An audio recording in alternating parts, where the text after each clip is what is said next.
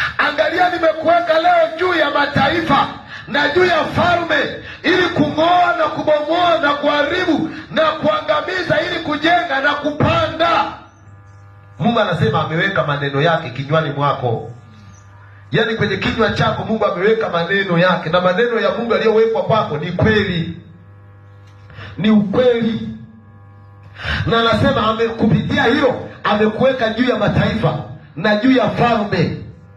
Mungu amekuinua juu ya mataifa na juu ya falme, na amekuweka kusudi moja tu, ili ung'oe na uharibu na ubomoe. Maanake wewe kazi yako ni kung'oa kila pando ambalo sio la kweli, ni kung'oa kila pando la shetani, ni kung'oa kila kilichopandwa na adui, kisichokuwa mpango wa Mungu kwa mtu yoyote yule.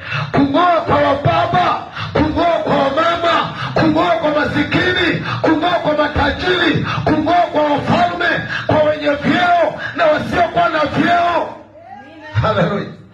Yaani unaposimama kusema uzinzi ni dhambi, utakuwa useme uzinzi ni dhambi bila kupepesa macho.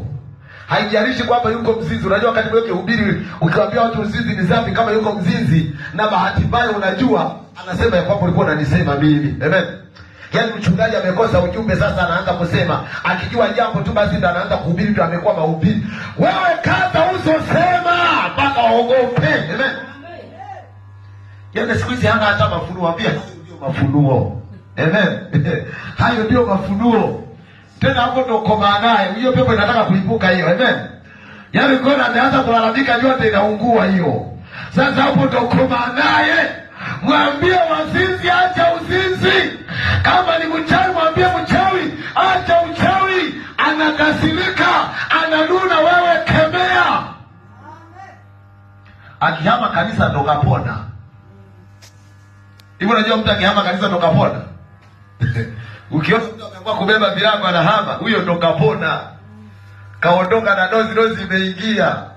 Unajua yeye ukiona daktari, wewe mtu akija mgonjwa mdunge sindano.